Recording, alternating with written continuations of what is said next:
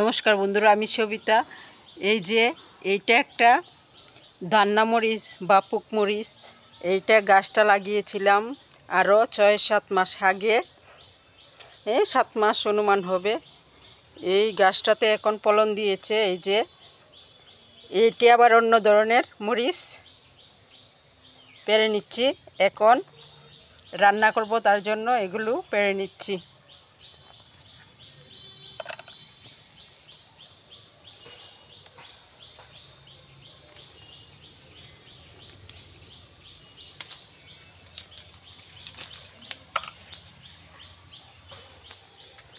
এদিকে আরও আছে, এগুলোও পেরে নিচ্ছি।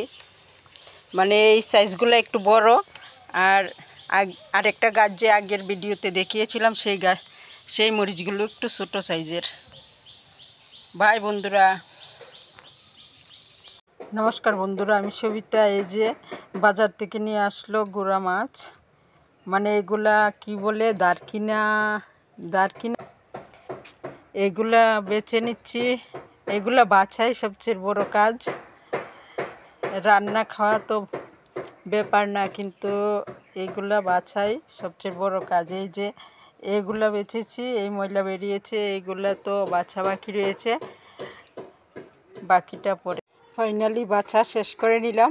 এই যে মাছগুলি বাছলাম, এইখানে অসংখ্য ডিম রয়েছে মাছগুলির, পেটার থেকে বেশি ডিম আছে। এগুলির মধ্যে অনেক মাছ নষ্ট হলো। এই যে ডিমগুলি নষ্ট হলো। এই যে গুঁড়া মাছগুলি ভালো করে হলুদ দিয়ে মেখে, লবণ দিয়ে মেখে, ভালো করে রগড়িয়ে মানে কেচলিয়ে ভালো করে পরিষ্কার করে নিচ্ছি। গুঁড়া মাছ খাওয়ার থেকে পরিশ্রম বেশি ধুয়ে পরিষ্কার করা। এই যে মেখে নিলাম ভালো করে, এখন জল ঢেলে দিচ্ছি।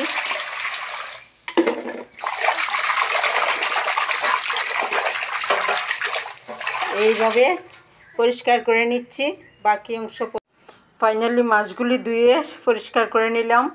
এখন এইটাতে উঠিয়ে নিচ্ছি। এই যে ঢেলে নিলাম, মাছগুলি পরিষ্কার হয়ে গেল। গোড়া মাছ ফাইনালি পরিষ্কার করে নিলাম। দিয়ে দিচ্ছি তেল। মাছ দিয়ে, গুঁড়া মাছ দিয়ে বড়া বানাবো, তার জন্য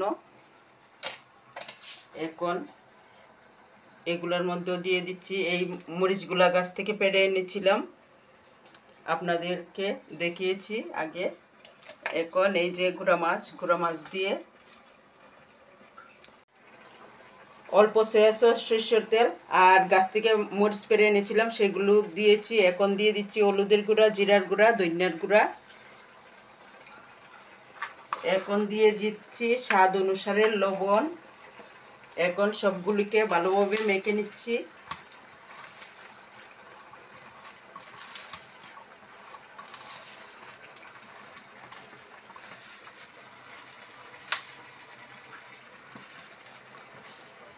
এখন দিয়ে দিচ্ছি তার মধ্যে এই যে গুঁড়া মাছগুলো।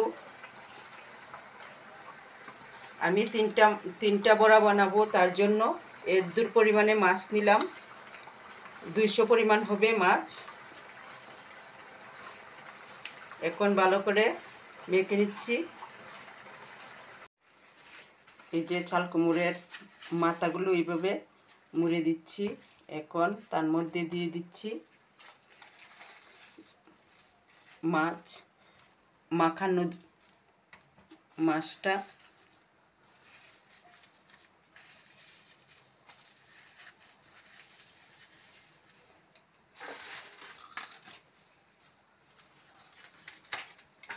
এটার মধ্যে আরেকটা পাতা দিয়ে ভালোভাবে মুড়ে দিচ্ছি, যেন না বের হয়, তার জন্য।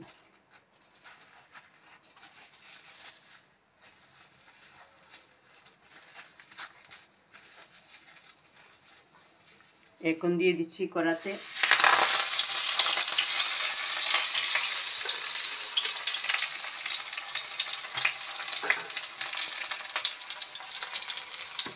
আরেকটা বড়ার এই যে মরিচ,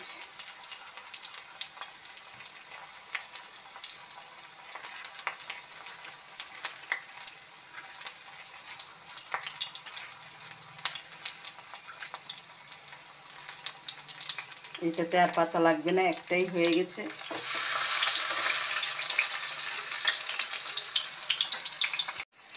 এই আরেকটা হয়ে গেল।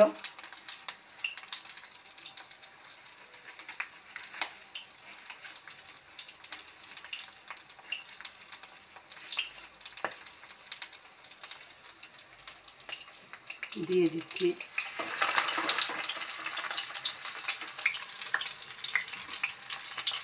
ঢাকনা দিয়ে দিচ্ছি, এগুলা ভালোভাবে সিদ্ধ হবে।